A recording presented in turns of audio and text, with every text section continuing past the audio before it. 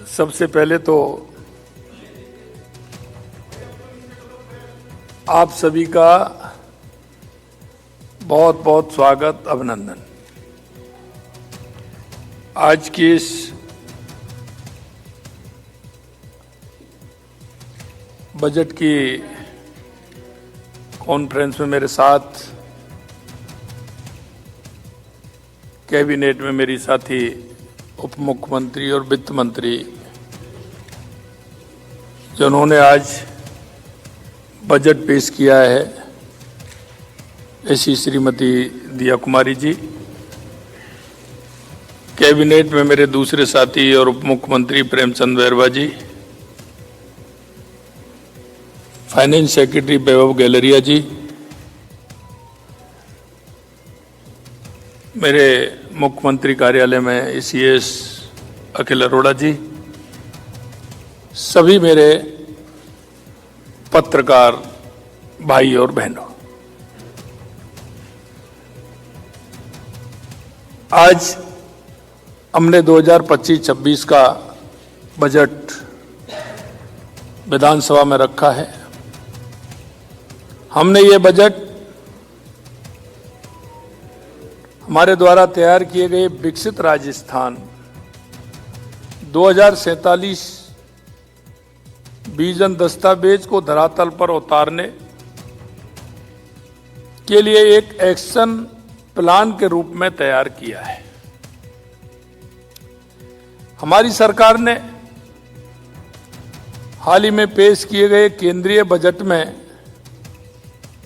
यशस्वी प्रधानमंत्री श्री नरेंद्र मोदी जी द्वारा मार्गदर्शित 3 कर्तव्यों के आधार पर है। पहला, तेज और स्थिर आर्थिक विकास। दूसरा, लोगों की आकांक्षाओं को पूरा करना, उनकी क्षमताओं का निर्माण करना, सबका साथ सबका विकास से प्रेरणा लेते हुए अपना बजट बनाया है। हमने संकल्प पत्र 2023 में 392 घोषणाएं की थी, जिन्हें 5 साल में पूरा करना था, लेकिन हमने 5 साल का इंतजार नहीं किया। हमने 2 साल में ही 282 घोषणाएं यानी कि 72% से अधिक को पूरा करके दिखाया है। इसी तरह बजट 2024-25 की 1277 घोषणाओं में से 1188 यानी 93% को धरातल पर लागू कर दिया है। पिछली साल के बजट की 1441 घोषणाओं में 1246 घोषणाएं यानी कि 86% को धरातल पर उतार दिया गया है। मेरे भाइयों, ये बजट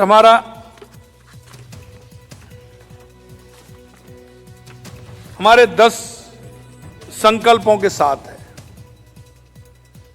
हमारा अवसंरचना का विस्तार, नागरिक सुविधाओं में सुधार, पर्यटन, कला और संस्कृति धरोहर, मानव संसाधन का सशक्तिकरण, सामाजिक सुरक्षा प्रणाली का सुदृढ़ीकरण, सुशासन और डिजिटल परिवर्तन, कृषि विकास और किसानों का कल्याण, हरित विकास और पर्यावरणीय सहायता, औद्योगिक विकास एवं निवेश को प्रोत्साहन, और हमारा $4.3 ट्रिलियन 2047 तक और $350 बिलियन 2029 तक राज्य की GDP का है। मित्रों, हमारा ये 26-27 का जो बजट है, में राज्य की GSDP 21,52,100 करोड़ रुपए होना संभावित है, जो वर्ष 23-24 से 41% से अधिक है। हमारे प्रयासों में राज्य की प्रति आय पहली बार प्रति व्यक्ति आय पहली बार 2 लाख पार किया है, यानी 2,02,349 रुपए कर गई है, जो वर्ष 23-24 से 21.15% अधिक है। वर्ष 26-27 का बजट साइज 6,10,956 करोड़ रुपए है, जो कि वर्ष 23-24 कांग्रेस के अंतिम वर्ष से 41% से अधिक है। हमने इंफ्रास्ट्रक्चर डेवलपमेंट के लिए पूंजीगत व्यय 53,978 करोड़ रुपए का प्रावधान किया है, जो कांग्रेस सरकार के अंतिम वर्ष 2023-24 से 2 गुना से अधिक है। हमारी सरकार युवाओं के उज्जवल भविष्य के लिए प्रतिबद्ध है। इसे ध्यान में रखते हुए हमारे द्वारा युवा नीति, कौशल नीति तथा रोजगार नीति लागू की गई है।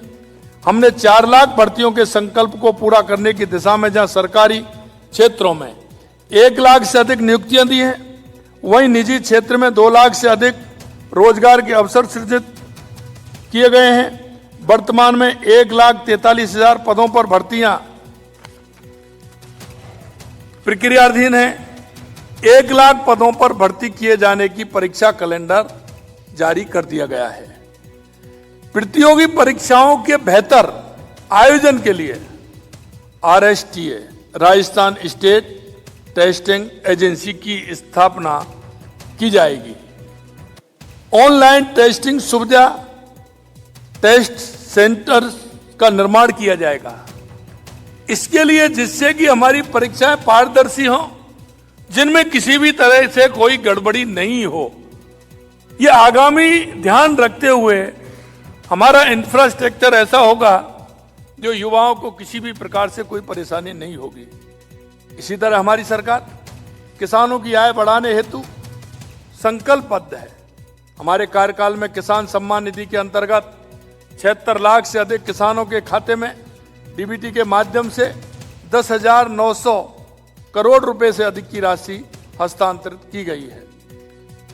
यमुना जल को शेखावाटी क्षेत्र तक लाने के लिए हम लगभग 32,000 करोड़ रुपए के कार्य प्रारंभ करेंगे।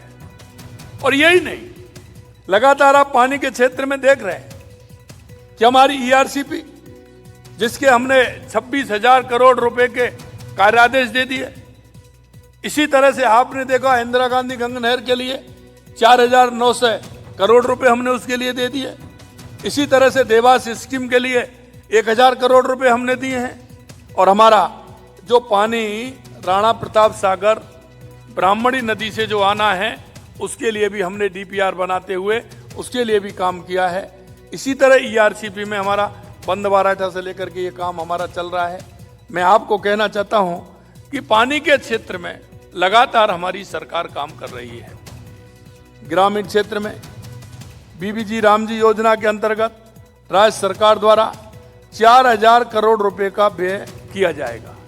इसमें मैं आपको बताना चाहता हूं कि BBG रामजी योजना, जो ये कहते कि इसको कौन करेगा, हमने इसमें 4,000 करोड़ रुपए का प्रावधान रखा है। इसलिए हमारा ये काम केंद्र और राज्य सरकार का 60-40 का रेशो है, उसमें हम काम करने वाले हैं। हमने चिकित्सा एवं स्वास्थ्य हेतु 32,526 करोड़ रुपए का प्रावधान रखा है, जो वर्ष 23-24 से लगभग 53% अधिक है। और इसी क्षेत्र में आपने देखा होगा कि बच्चों के लिए हमने हमारा JK लॉन हॉस्पिटल में 500 बेड का IPT टावर बनाने का काम किया है। 200 बेड का हमने RUHS में किया है। इस तरह से हम चिकित्सा के क्षेत्र में भी लगातार काम कर रहे हैं, वो हमने जिसमें दिया है। प्रदेश के विद्यार्थियों को बेहतर गुणवत्ता शिक्षा सुनिश्चित करने के लिए प्रावधान को बढ़ाते हुए लगभग 69,000 करोड़ रुपए किया है, जो कि वर्ष 23-24 से लगभग 35% अधिक है।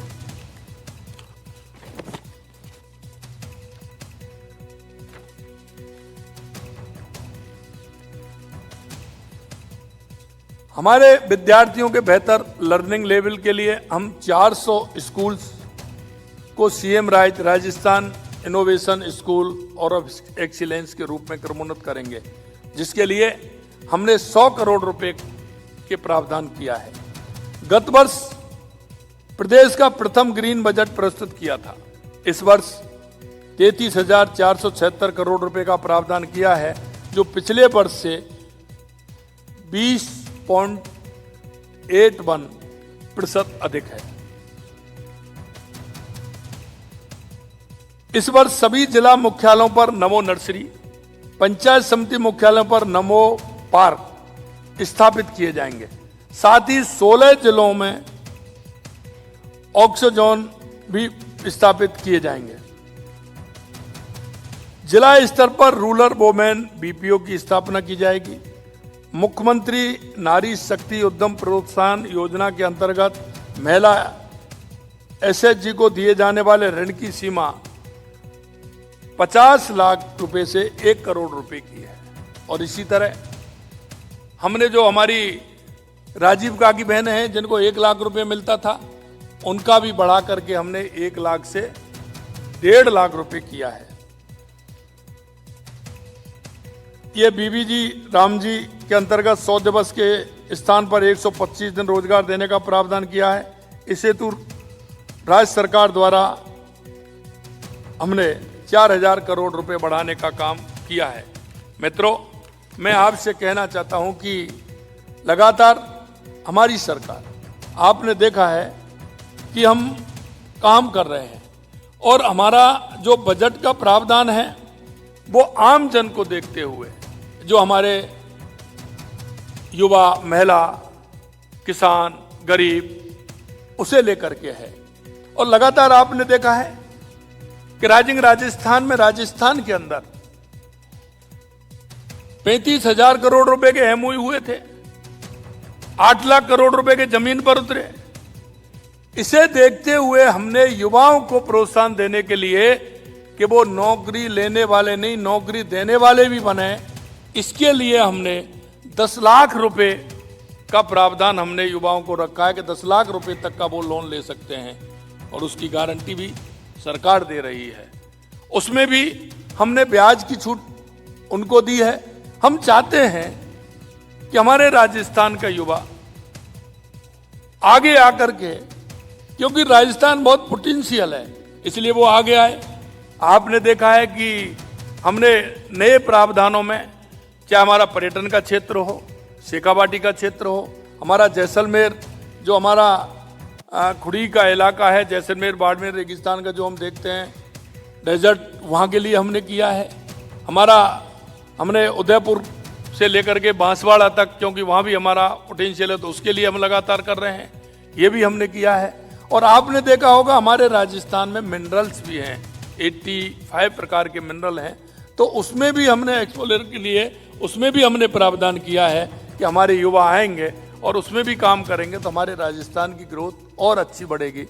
मैं आपसे इतना कहना चाहता हूं, वैसे तो लगभग 2 घंटा 50 मिनट 54 मिनट का हमारा बजट था, शायद मैं पूरी बातें उसमें नहीं रख पाऊंगा, आप सभी देखेंगे। और अभी हमारा तो रिप्लाई भी आएगा हमारी वित्त मंत्री जी का, फिर हमारा भी रिप्लाई आएगा। हम आपसे कहना चाहते हैं कि हमारी सरकार राजस्थान के गरीब, किसान, युवा और महिला के लिए समर्पित है। हमारे राजस्थान को विकसित राजस्थान हम कैसे बनाएं, इसके लिए समर्पित है। कई लोग कहते हैं, लेकिन मैं एक बात कहना चाहता हूं, हमारे छोटे छोटे प्रावधान हैं जो हमने बजट में उनका निर्धारण किया है, वो आम व्यक्ति के जीवन को आगे बढ़ाने के लिए है और आम व्यक्ति कैसे हमारा आगे बढ़ सकता है उसके लिए है। मैं आपके माध्यम से यही कहना चाहता हूं कि राजस्थान की जनता ने जो हम पर भरोसा किया है और हमारा जिस संकल्प पत्र के साथ हमारी सरकार आई है, हम एक एक वायदे को भी पूरा करेंगे और राजस्थान की जन आकांक्षाओं को पूरा करते हुए हमारी सरकार पूरी तरह से काम करेगी, यह मैं आपसे कहना चाहता हूं। आप सभी आए, बहुत बहुत धन्यवाद। एक मिनट। धन्यवाद मुख्यमंत्री जी। अब किसी के मन में कोई प्रश्न है इस बजट से संबंधित तो वो हाथ खड़ा कर दें, हिरेन जी उनका नाम लेके। रोशन जी,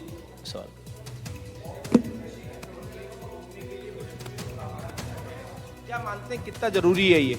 देखिए, मैं आपको कहना चाहता हूं कि इसमें हम पूरी तरह से सुदृढ़ हमारी सरकार है कि हम किसी भी तरह से नशे का जो आ रहा है इसको हर कीमत पर रोकेंगे। इसीलिए हमने उनका प्रावधान बजट में किया है और हम इसमें आगे भी बहुत कुछ करने वाले हैं। ऐसे लोगों के खिलाफ भी करने वाले हैं जो नशे के कारोबार में जुड़े हैं और हम उनको भी जिस तरह से एक हम कई संस्थाओं से मिलकर के हमारी योजना बन रही है कि हम विद्यालय, महाविद्यालय, स्कूल और जहां हमको लगता है वहां उसमें भी हम सरकार और समाज के साथ मिलकर के कई प्रोग्राम चलाने वाले हैं। इंडिया टीवी से मनीष भट्टाचार्य जी। एनटीए के तर्ज पर जो ये स्टेट टेस्टिंग एजेंसी जो बनाई जा रही है, ये परीक्षाओं में पारदर्शिता के लिए कैसे काम करेगी, कितना प्रभावी सिद्ध होगा? स्टेट टेस्टिंग एजेंसी जो एनटीए के तर्ज पर। हाँ, देखिए इसमें क्या है कि हम इंफ्रास्ट्रक्चर धीरे धीरे हम ये बढ़ाना चाहते हैं कि विद्यार्थियों को किसी तरह की परेशानी नहीं हो। अभी मैं आपसे कहना चाह रहा हूं कि पिछली बार मैंने कई बार ऐसी छुट्टियां जो आवश्यक थी उनको किया, क्योंकि रविवार शनिवार में परीक्षा भी पूरी नहीं होती है और वहां का कहीं ना कहीं स्ट्रक्चर ऐसा होता है कि उसमें परेशानी आती है। अभी तो हम उससे कर रहे हैं, लेकिन हम ऐसा एक इंफ्रास्ट्रक्चर बनाना चाहते हैं जो वहां बड़ी संख्या हो और ये हम मिलकर के पहले संभाग केंद्रों पर जाएंगे और उसके बाद हम जिला केंद्रों तक उस पर जाएंगे, जिससे कि विद्यार्थी को किसी तरह की परेशानी नहीं हो। ऑनलाइन पेपर हो जिससे पेपर लीक की घटनाएं भी नहीं हो और उसमें पारदर्शी तरीका से हमारी परीक्षाएं हो सके और हमारा जो टैलेंट युवा है विशेषकर उसको मौका मिल सके, इसके लिए हम ये कर रहे हैं। ऐश्वर्य प्रधान जी। कांग्रेस ने अभी प्रेस कॉन्फ्रेंस की तो कांग्रेस ने 4 चीजें बड़ी महत्वपूर्ण ऑब्जर्व की। एक तो उन्होंने कहा कि आपका पानी 10 बार बदला गया और उप मुख्यमंत्री जी का 10 बार पानी बदला गया, पानी पीने का गिलास। फिर उन्होंने कहा कि 3 मंत्री सो रहे थे। दूसरी बात एक और उन्होंने बोली कि रामगंज मंडी में भी एक मेंटल हॉस्पिटल खोला जाना चाहिए। फिर उन्होंने एक बात बोली, ये सारी बातों का जिक्र करते हुए उन्होंने कहा कि यमुना जल के लिए अभी तक डीपीआर ही नहीं बनी और रिफाइनरी का जिक्र ही नहीं आया इस बजट। देखिए, मैं 2 बात आपसे कहना चाहता हूं। कुछ योजनाएं ऐसी होती हैं जिनमें समय लगता है और हम लगातार हम यमुना जल पर काम कर रहे हैं और मैं आपको बताते हुए मुझे प्रसन्नता हो रही है कि इसमें हरियाणा और राजस्थान दोनों में पूर्ण रूप से समझौता इसमें हुआ है। हमारी सहमति दोनों की बन गई है। परसों CR पाटिल जी हमारे केंद्रीय जल शक्ति मंत्री आए थे, उन्होंने भी बताया कि दोनों की हमारी सहमति, उनका भी सहमति पत्र हमारा भी हो गया, डीपीआर हमारी। और इसीलिए हमने 32,000 करोड़ रुपए यमुना के प्रावधान उसमें हमने बजट में रखा है। इसलिए मैं उनसे कहना चाहता हूं, जिन्होंने सबसे ज्यादा इस प्रदेश पर राज किया, उनको क्वेश्चन करने का कोई हक नहीं है कि जो वो कुछ नहीं कर पाए। आलोक खंडेलवाल भास्कर से। नमस्कार सर, मैं जानना चाहता हूँ कि राजस्थान की जो फाइनेंशियल कंडीशंस हैं, जैसा कि सुनने में आ रहा है कि बहुत कम अभी पोजीशन बहुत ख़राब है, तो फाइनेंशियल कंडीशंस को दुरुस्त करने के लिए बजट में ऐसी कौन सी चीज़ की गई है जिससे राजस्व बढ़े स्टेट का? देखिए, मैं आपसे 2 बात कहना चाहता हूं। राजस्थान अपने आप में पोटेंशियल है और आपने अभी देखा होगा, पिछले दिनों मैंने आपको विधानसभा के अंदर भी जब मैं राज्यपाल जी के अभिभाषण पर बोल रहा था तो उसमें मैंने रखा कि राजस्थान में ये देख लीजिए आप कि हमने 8,000 करोड़ रुपए का घाटा कम किया है। पहली बार मैं आपको 3-4 सेक्टरों के नाम लूं तो अगर आपको लगेगा कि वो 25 साल और 30 साल में पहली बार वो लाभ में आए हैं। चाहे मेरा डेयरी हो, चाहे मेरा रोडवेज हो और चाहे बिजली के अंदर भी मैं थोड़ा सा उसमें आगे हम बढ़े हैं, तो ये सेक्टर हमारे पहली बार आगे आए हैं। मैं आपको यही कहना चाहता हूं कि राजस्थान में दोनों तरह से काम करना है और जिसको हम कर रहे हैं और निश्चित रूप से राजस्थान की फाइनेंशियल स्थिति है वो बेहतर होती जा रही है और आगे आने वाले समय में बेहतर होगी। टाइम्स ऑफ इंडिया से शोएब।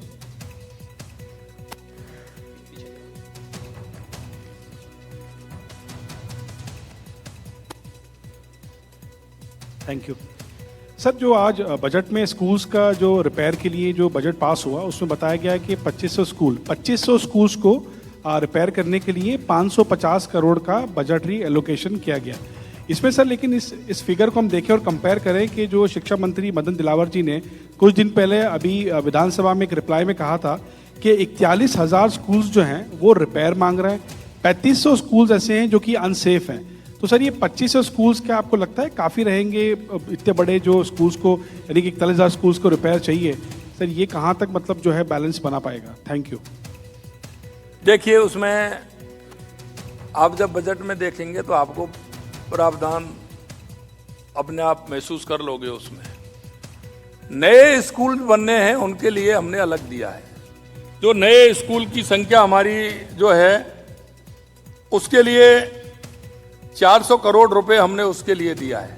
नए स्कूल जो बनने वाले हैं उसमें से ही वो कम होंगे। और ये 550 करोड़ रुपए हमने रिपेयर के वो दिए हैं जिनका तखमीना बनवा करके हमने लिया है। आपको मैं एक विश्वास दिलाता हूं कि राजस्थान के अंदर हमने उन बिल्डिंगों को भी लिया है, उनको चिन्हित किया है। आपको जाकर के लगेगा कि ये आप क्या कर रहे हैं, आज तक किसी ने नहीं किया। ऐसी बिल्डिंग राजस्थान में खड़ी है जिनका उपयोग नहीं हो रहा है, ऐसी 13,000 बिल्डिंगों को हमने छांटा है। 13,000 बिल्डिंग राजस्थान के अंदर हैं जिनका कोई उपयोग नहीं है। हमने उसकी उपयोगिता देखते हुए उनकी भी मरम्मत होगी, आवश्यक होगा उसमें उसको भी करेंगे और ये भी करेंगे। और मैं आपको विश्वास दिलाता हूं कि राजस्थान के जितने भी स्कूल हैं हम उनको पूरी तरह से रिपेयर करते हुए, जहां नए की आवश्यकता है हम नए बना रहे हैं, जहां पुराने की आवश्यकता है उसको रिपेयर कर रहे हैं, जहां हमारी बिल्डिंग खड़ी हुई हैं उनमें उनको हम शिफ्ट भी करेंगे। अंतिम सवाल की ओर हम जा रहे हैं। लास्ट 2 सवाल लेंगे, पंकज सोनी जी और उसके बाद लाल सिंह जी। मुख्यमंत्री जी, ये वेतन आयोग की बात करिए, 8वें वेतन आयोग की, 8वां वेतन आयोग जो जिसकी बात करिए कमेटी गठन की बजट में, तो ये क्या केंद्र की जैसे टाइम बाउंड इसकी रहेगी कि कितने समय में रिपोर्ट देगी कर्मचारियों को वेतन आयोग देने के लिए? ये तो कमेटी है, तुरंत कमेटी रिपोर्ट देगी। ये तो उसके लिए है, जब 8वां वित्त आयोग आ रहा है तो उसकी रिपोर्ट तो देनी ही देनी है। नहीं, केंद्र से पहले स्टेट की रिपोर्ट रहेगी या केंद्र के बाद अब उसका अनुसरण होगा? देखो इसका जो रूल्स है उसके आधार पर होगी। केंद्र की अगर उसमें कोई समाहित होना होगा तो उसको करेंगे, अगर उसमें अपना ही अपना होगा तो हम उसको करेंगे। वो तो दोनों की एक दूसरे से मिलकर की होती है। एक मिनट मुकेश जी, एक क्वेश्चन ओके, अब हम समापन की ओर हैं। लास्ट क्वेश्चन है। सिम साहब, मेरा पूरे बजट को लेकर एक बात करनी थी, क्योंकि अगर हम जो बजट कवरेज कर रहे हैं इन दिनों में, हम पहले कवर करते थे, सुनने में आता था राजस्थान पर इतना कर्ज है, हर व्यक्ति पर इतना कर्ज आ रहा है, राजस्थान कर्ज में डूब रहा है। लेकिन आपके आने के बाद जो परिवर्तन हमने नोट किया है, आखिर क्या मैकेनिज्म आपका है, क्या मूल मंत्र है कि ये चीज अब कम होती जा रही है? हम राजस्थान को बेहतर कर रहे हैं, योजना ला रहे हैं, लेकिन ये अब चर्चा नहीं होती कि कर्ज में डूब रहा है राजस्थान या व्यक्ति पर कर्ज ज्यादा बढ़ रहा है। तो ये क्या मैकेनिज्म आपका है, क्या मूल मंत्र आपका है? देखिए मैं आपको 2 बात बताना चाहता हूं। मैंने पिछले उसमें जिक्र किया था 2 बातों का। एक तो पता लगता है महंगाई दर से, तो मैंने उस दिन बताया था महंगाई दर किस तरह से घट करके नीचे आई है और 0.81 आई है, 6.5 से ऊपर थी, फिर 4.44 हुई, 4.44 और उसके बाद 0.81। ये क्या आधार मानते हैं?